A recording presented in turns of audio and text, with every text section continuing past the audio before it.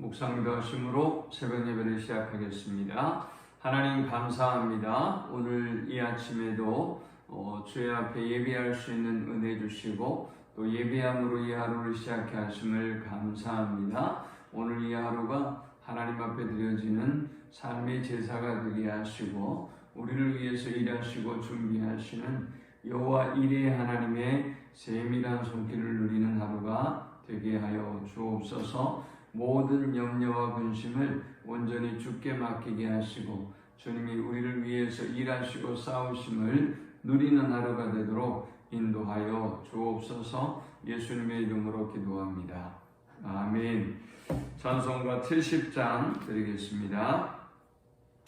70장입니다. 피난처 있으니 환난을 당한 자이리오라. 땅들이 변하고 물결이 일어나 산 위에 넘치되 그력 잡네. 이방이 떠들고 나라들 모여서 진동하나. 우리 주 목소리 한 번만 바라면 천하의 모든 것 망하겠네. 만유주 하나님 우리를 도우니 피난처요. 세상의 난리를 그치게 하시니 세상의 장검이 쓸데없네. 높으신 하나님 우리를 구하니 할렐루야. 괴로움이 심하고 환난이 극하나 피난처 되시는 주 하나님. 아멘. 이 시간에 주시는 살아계신 하나님의 말씀은 구약성경 예레미야 37장의 말씀입니다. 구약 1113면 예레미야 37장 1절부터 10절까지의 말씀입니다. 우리 한 목소리로 합독합니다. 요시아의 아들 시드기야가 여호야김의 아들 고니야의 뒤를 이어 왕이 되었으니 이는 바벨론의 느부갓네살 왕이 그를 유다 땅의 왕으로 삼음이었더라. 그와 그의 신하와 그의 땅 백성이 여호와께서 선지자 예레미야에게 하신 말씀을 듣지 아니하니라. 시드기야 왕이 세네메의 아들 여후갈과 마세의 아들 제사장 스바다를 선지자 예레미야에게 보내 청하되 너는 우리를 위하여 우리 하나님 여호와께 기도하라 하였으니 그때 예레미야가 갇히지 아니하였으므로 백성 가운데 출입하는 중이었더라. 바로의 군대가 애굽에서 나오매 예루살렘을 에워쌌던 갈대아인이 그 소문을 듣고 예루살렘에서 떠났더라. 여호와의 말씀이 선지자 예레미야에게 임하여 이르시되 이스라엘의 하나님 여호와께서 이와 같이 말씀하시니라. 너희를 보내어 내게 구하게 한 유다의 왕에게 아뢰라. 너희를 도우려고 나왔던 바로의 군대는 자기 땅 애굽으로 돌아가겠고 갈대아인이 다시 와서 이 성을 쳐서 빼앗아 불사르리라. 여호와께서 이와 같이 말씀하시니라. 너희는 스스로 속여 말하기를 갈대아인이 반드시 우리를 떠나리라 하지 말라. 그들이 떠나지 아니하리라. 가령 너희가 너희를 치는 갈대아인이 온 군대를 쳐서 그 중에 부상자만 남긴다 할지라도 그들이 각기 장막에서 일어나 이 성을 불사르리라. 아멘. 요즘처럼 교회가 어떤 정치적인 문제에 민감하고 혹은 정치적인 줄세우기에 어떤 길들여져 있는 그런 시대도 없는 것 같습니다. 오늘 이 본문에 보면 크게 세 사람이 등장하는데 여호야김 왕과 시드기야 왕과 그 다음 예레미야입니다. 먼저 이 사람들의 정치적인 성향을 보면 여호야김 왕은 아버지 요시야가 전쟁터에서 죽고 난 이후에 애굽에 의해서 왕으로 세워진 인물입니다. 그러니까 어떨까요? 특별히 애굽의 친애굽 정책을 펴고 애굽을 하나님보다 더 의지하고 애굽의 보호 아래 살려고 했던 사람이란 말이죠. 그런데 그러다 보니까 이 사람이 바라보는 예레미야 선지자는 어땠을까요? 예레미야 선지자는 이렇게 예언했어요. 앞으로 바벨론이라는 나라가 우리를 완전히 불사르고 멸망시킬 것이다. 그러므로 우리가 피해를 최소화하려면 어차피 우리가 그 나라에 멸망을 당하니까 얼른 항복을 해야 된다라고 예언했습니다. 우리나라로 친다면 완전히 친일파 중에 친일파 아닙니까? 예레미야말로 정말 아주 정치적으로 노출된 사람이고 정치적으로 물든 사람 아닙니까? 그런 상황으로 예레미야를 봤기 때문에 예레미야를 시내뜰한 감옥에 가둬버렸던 것입니다. 자, 그런데 이제 두 번째, 그런데 이 여호야김 왕은 어떤 사람입니까? 하나님의 말씀을 칼로 베버리고 그리고 불살라버린 사람이에요. 정치적인 물이 들어있는 사람이기 때문에 예레미야의 예언이 들리지 않았던 것입니다.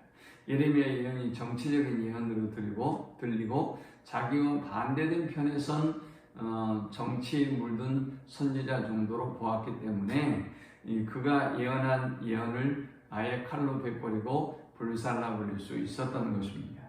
우리가 이런 사람들을 많이 보죠. 하나님의 말씀을 대적하고 하나님을 대적하는 그런 부류의 사람들 말이죠. 자, 이제 두 번째 사람이 등장합니다. 시드기야 왕입니다. 시드기야 왕은 정반대의 정치적 견해를 가진 사람입니다.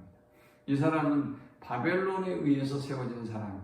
그러니까 이 사람은 그 무엇보다 그 누구보다 바벨론을 의지할 수밖에 없었겠죠. 그런데 이 사람에게 예레미야 문제는 또 중요한 문제입니다.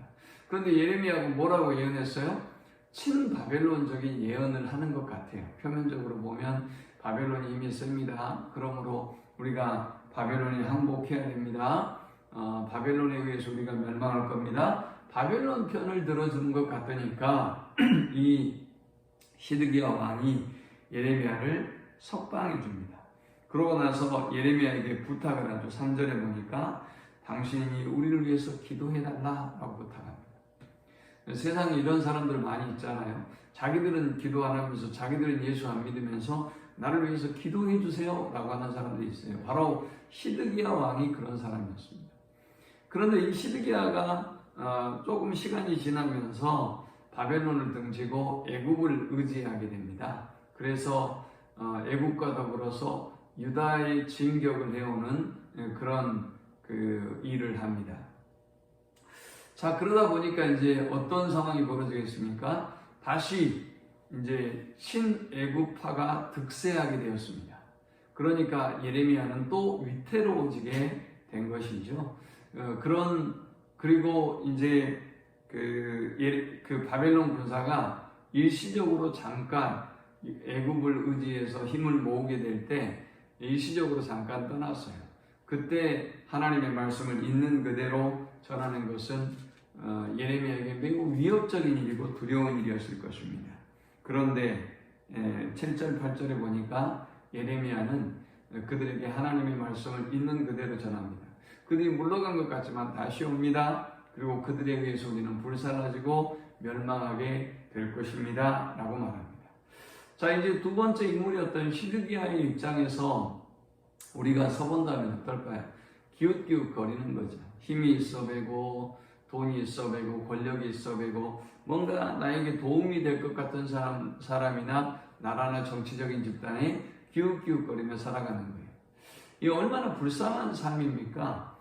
왜냐하면 모든 것들은 변하고 또 아무리 권력이 있다 할지라도 또 정권이 바뀌기도 하기 때문에 우리가 어떤 나라와 정당과 사람을 의지한다는 것은 이토록 위험한 일인 것입니다. 그러니까 시드기야 같이 우리가 세상을 살아가려면 불안하고 초조할 수밖에 없는 것이죠.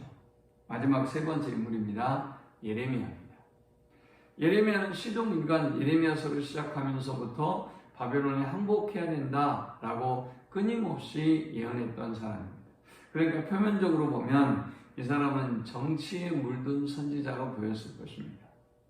그리고 때로 여호야김 같은 사람은 옥에 가두기도 하고 시드기야 같은 사람은 풀어주기도 하고 그들이 예레미야가 자기 편이라고 생각하고 여기고 그렇게 판단하고 행동했던 것입니다. 그러나 중요한 것은 예레미야는 여호야김의 편도 아니었고 시드기야 편도 아니었습니다.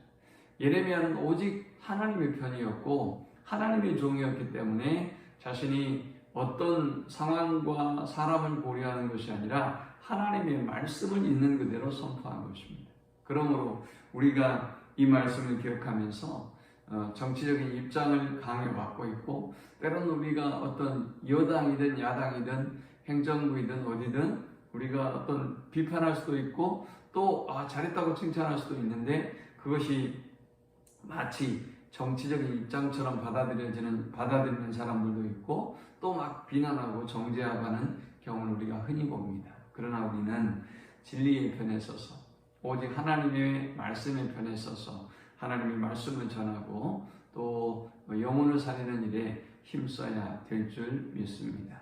세상은 교회는 성도들은 점점 더 정치에 오염되고 있고 세속에 오염되어져 가고 있지만 예레미야처럼 어떤 순환과 어려움을 당해도 또 지금 돌변해버린 자기를 풀어진 시드기야 왕에게 하나님의 말씀을 있는 그대로 예언하는 것이 위협적인 일이지만 그러나 하나님의 말씀을 전혀 두려움 없이 선포했던 예레미야처럼 살아갈 수 있는 우리 모두가 되기를 축원합니다. 하나님 감사합니다. 오늘도 하나님 앞에 예배하며 또 주의 음성을 듣고 우리가 기도로 나아갑니다. 하나님 우리가 세상의 것들에 세상의 어떤 정치적인 성향과 흐름에 요동하지 않게 하시고 오직 하나님만 의지하고 두려워하고 또 하나님만 쫓아가는 저들이 되게 하여 주옵소서. 예수님의 이름으로 기도합니다. 아멘. 지금은 우리 주님 예수 그리스도의 크신 은혜와 성부 하나님의 극진한 사랑과 성령의 인도 교통 충만케 하심 그 누구보다 주님을 사랑하고 주님을 따르며 세상의 어떤 강요와 어떤 세상의 흐름보다 하나님의 말씀만 쫓아 살기를 결단하는 모든 성도들의 머리 위에 지금부터 영원토록 함께 있을지어다. 아멘.